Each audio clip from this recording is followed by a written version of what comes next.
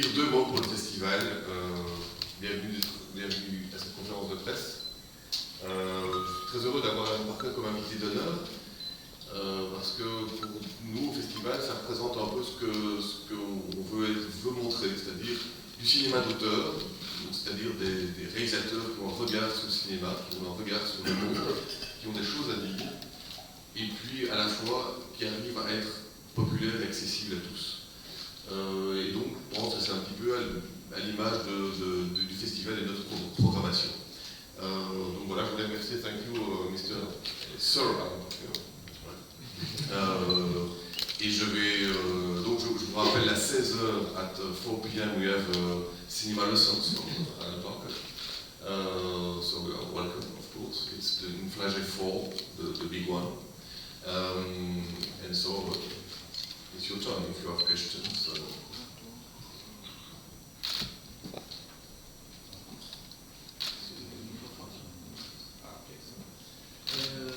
Mr. Parker, can you tell us something about what you think about the contemporary cinema right now that you see nowadays? And second, if you have some projects, in your future, if you are doing other activities right now. What do I think of contemporary cinema? Well, it's harder and harder to see a good film, that's for sure. I have a 9-year-old son, so I have to suffer all those big American special effects films. But I sleep through most of them, which is good. But intelligent films are few and far between, particularly in London, where I live, where everything is dominated by American cinema, unfortunately. So but does that mean to say that there's not a great movie? Every so often there is a fantastic movie, and it's very exciting when you see something fresh and original. But that's quite rare these days. With regards to me, no, I kind of enjoy not making films, to be honest. I usually, before I start a film, my wife thinks, she has this theory that I usually pick a fight with someone before a film starts. Usually the person who's going to give me the money. And that usually means that I don't make the film, because it's probably deliberate. But I was directing since I was 24. This year I became 70.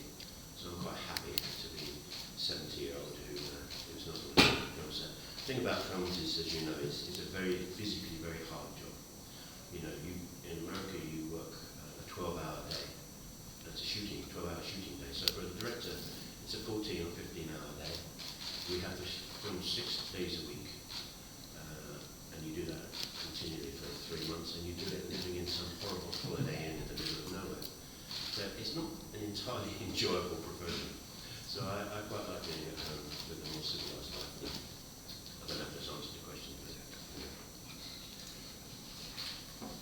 Mr. Parker, Fred Zinnemann once said to me, as soon as I'm through casting, I'm also through most of my rehearsals. Does that work the same for you? just repeat that again, please. Fred Zinnemann once said to me, as soon as I'm through casting, I'm also through most of my rehearsing.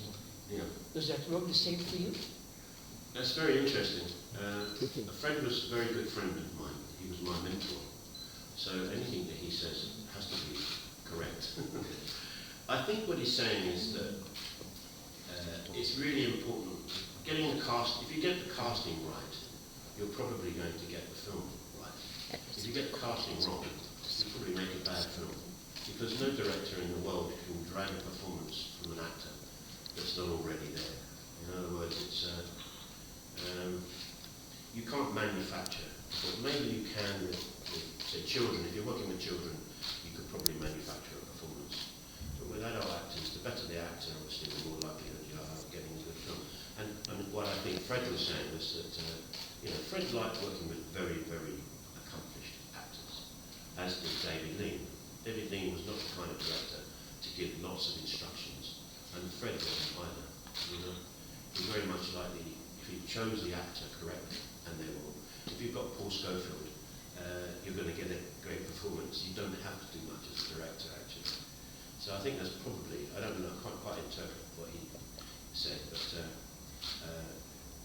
Fred was the first president of the British Directors Guild, so we got to know him very well. And I always had to sit next to Fred at meetings because he was a bit deaf, and so he was forever asking me what somebody was saying. So I got very close to him that way. So, Parker, you've made some beautiful films, like musical films, like Fame, Vita, and The War. Have you a particular relationship to music and film? Is it a personal taste, and do you intend to make another musical film? Well, of course it is, it's my movie and therefore it's my personal taste most of the time. I mean, obviously, if you're making a film like Pink Floyd's Wall, then the music came first. Evita, the music and the stage production came first. But each film I try to do different kinds of music if I am using music, and I have very wide taste in music. Two of my sons are both musicians. I'm not a musician. I have an appreciation of music, which is different. If you put music and images together, it's a fantastically strong way to communicate to people, and it can improve the drama, the emotions of any scene. And if you get the wrong music, then it does the reverse. It makes the scene even worse. But no, I enjoy lots of different kinds of music, and so I try to do different kinds of music in all my films. No film is the same in music. It's all different genres, different kinds of music. Will you do another film, a musical? Will I? Yes, in heaven. I'm doing one of my friends an answer. That's the title. No, I don't. It's as a form, it's very hard. Actually, it's very difficult to do. It's technically very tricky. The last one, I suppose, Evita was the last one I did. It's I don't know. I mean, I've had the good fortune of working with some fantastic people, like not just Peter Gabriel or Pink Floyd or Andrew Lloyd Webber. I've also. It's great if you do a conventional film with a fantastic score. I worked with John Williams on Angela's Ashes, which was a wonderful experience. Which is a different thing again, in that you don't quite know what you're going to get until the orchestra actually starts, because he plays it on the piano rapidly in the scene. You don't really know what you're going to get. Whereas in my other films, I build it up in layers, the music and the sounds. So I'm pretty sure of what I'm going to get. But with someone like John Williams, I mean, he's so brilliant, you know he's never going to let you down. But it is kind of scary waiting for the orchestra to begin and you go, yeah, okay, I do like it.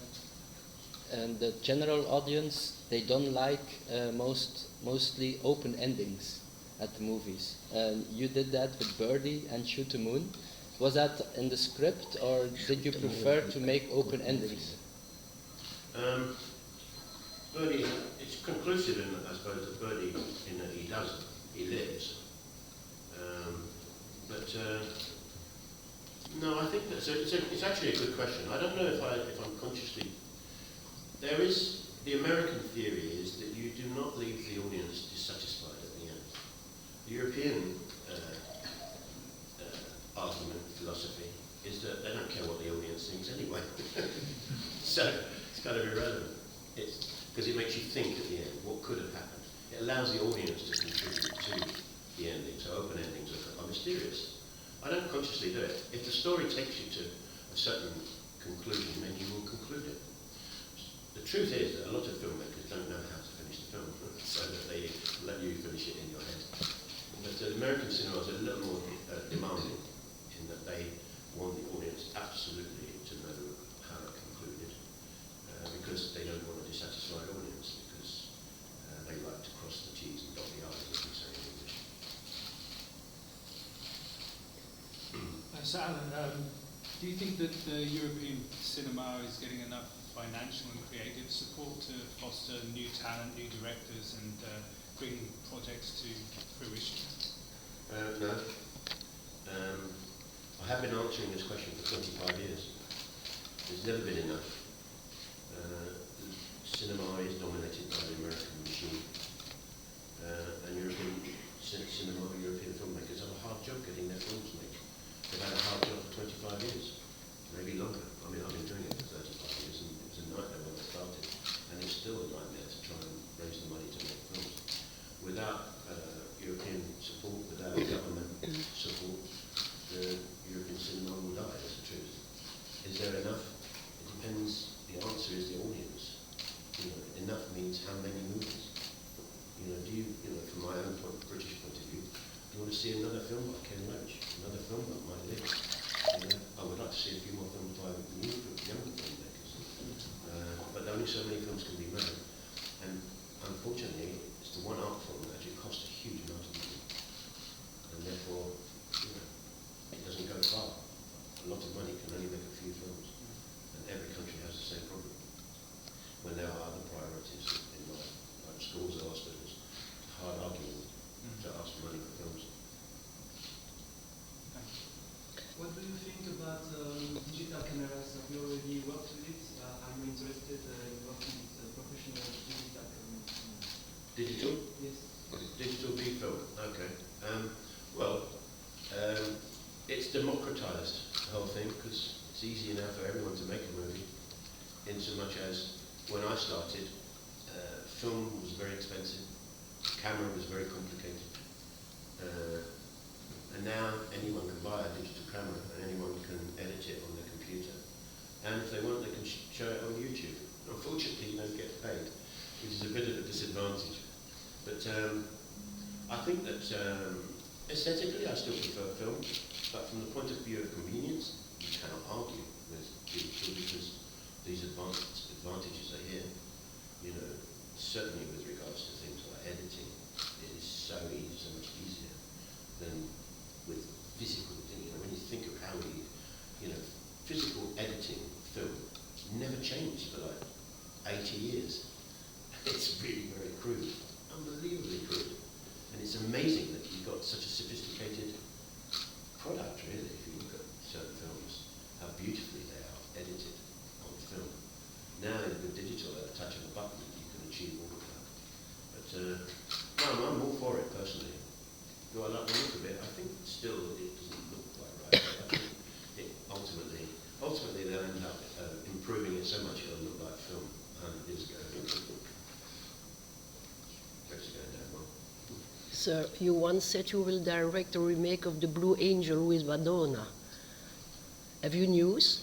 Sorry, I would do what, sorry? You once said years ago you will make a remake of The Blue Angel with Madonna. Yes. Well, I did. That was many years ago. Yes. It was before I worked with Madonna. Yes, I know. I think once is enough.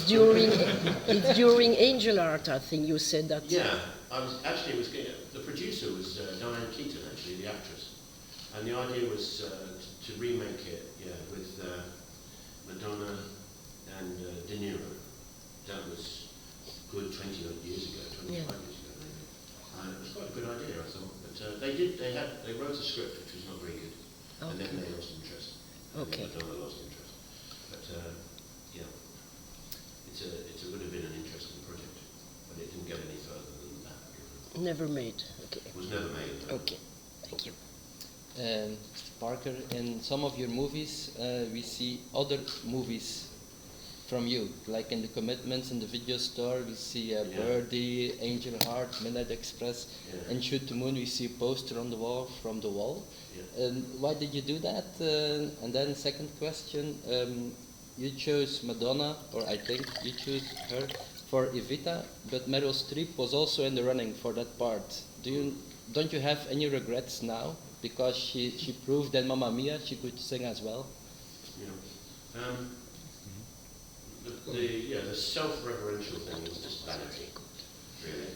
You can have a picture of a film on the wall. You might as well be one of your own.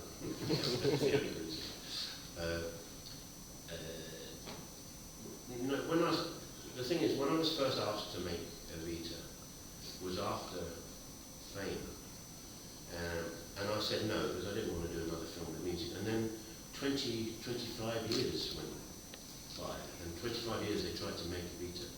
There's lots of different directors, lots of different actresses, were involved, from Barbara Streisand to Meryl Streep to, you name it really.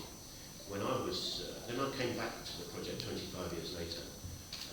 The person who was going to do it was actually Michelle Pfeiffer. It was never Meryl. And then Michelle Pfeiffer had 2 small children at the time, and she didn't want to leave Los Angeles. And so she wanted to film on film sets, and we had to go. We went made the film in 3 different countries, most importantly in Buenos Aires, in the city of Buenos Aires. But, so I then had to think of casting again, and then so you have to make a decision really. Do you go with a singer who can act, or do you go with an actress who can sing? And you're probably going to compromise one thing or the other, I think Meryl's unbelievably brilliant, so she could do anything, but she wasn't, to be honest, she was never ever considered for the film. So it was never a decision I had to make.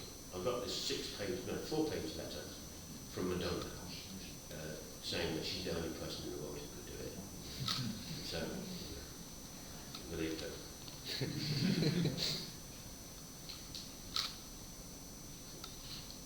Mr. Parker, when you're on the set shooting a scene, do you need a lot of takes? No. What I normally, I'm not of the opinion that a lot of takes is going to make a lot of difference. If an actor if you go on the slate, if you go past 10 takes, what I do is to say, fantastic, good, we'll move and we'll do a slightly different angle. But actually I usually move the camera like 1 inch, because it's much better for them to see on a slate take 1 than it is to see take 21, because they panic if you do too many takes. Now there is a theory that some actors, I remember it got to its most extreme with Michael Cimino, who was doing like 75 takes, and it becomes nothing in the end. They don't even know what they're doing, the actors. But I suppose the logic is that they stop being actors. They stop being in control, really, because by takes, if you get past 20 takes, most actors have no idea where they are with the part. And usually, I think that every scene, it's nearly always take 3 or take 4 or take 5. It's never, sometimes it's take 1, but it's never take 21. If it is, it's going to be bad. This is my personal theory. And it's expensive, it takes too much film. Now it doesn't matter. Are you a Richie Valens fan? Because in Birdie we heard La Bamba, Come On Let's Go, Donna, or is it just coincidence? Just coincidence, not a fan, no. La Bamba, it was a song actually that Nicolas Cage kept singing. He was driving us crazy, he was forever singing La Bamba. So when we come to do the scene, I said, sing a stupid song. And that's how it came about, to be honest. The Life of David Gale was your last movie, if I'm correct? Yeah. That's 11 years ago. Yeah. You just said in the beginning of the conference you don't want immediately to make a new movie, but why didn't you make one immediately after The Life of David Gale? Because it was a brilliant movie. Well, in the last 10 years, I've written 5 different things that I have not got made, is the truth. Whatever reason, and I think that I always say that if you're writing a script, it's like making the film, but without the camera. So the 5 films are in my head. I always say I could have a whole film festival in my head. But no, I think that the years go by and you start to think, I kind of enjoy my life not making films. So it's never, as I say, I've been doing it continuously for 30 odd years, and suddenly there's a gap, and then you suddenly enjoy that gap, and you realise that, there are too many filmmakers who spend their entire life on a film set, or in the company of other filmmakers, or in the film studio. Well, it's better to live a life also, in my theory. Just maybe you wanted to retire with a good movie than with a bad movie. Good You. I just think that, you know, I think I should have left it there because that's a great conclusion, thank you. I should have said that. But, you know, there are directors who are like 80 years of age making films and you're going to fall off the dolly one day with a heart attack and die, you know. I don't want to do that. And I certainly don't want to do it whilst making a bad film. And many people, although there are exceptions, but mostly the films don't get better.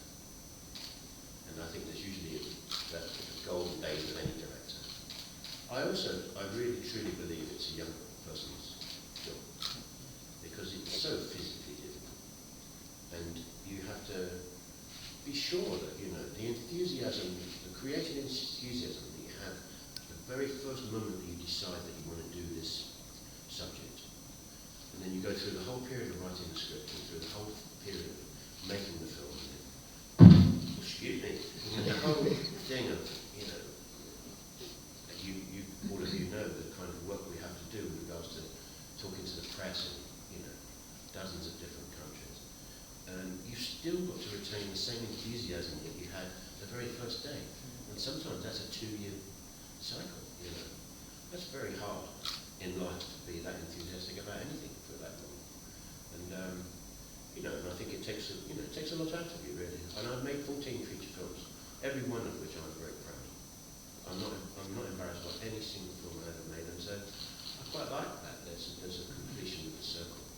And so you know, as long as I can afford to live, it's not such a big necessity in my life.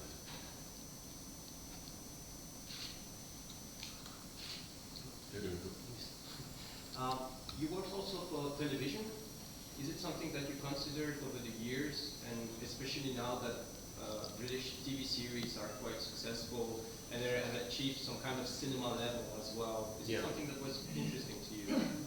Well, I did one television film only before my first feature film. And it was quite successful because it won lots of different awards, like it won the Emmy in America and stuff like that. But no, I'm not snobby about it. I think that, you know, I remember doing interviews in Italy 20 years ago, explaining the quality of British television to Italian journalists who absolutely could not understand what I was talking about, because for them television was rubbish. Because if you look at Italian television, it is rubbish. and their cinema is rather good.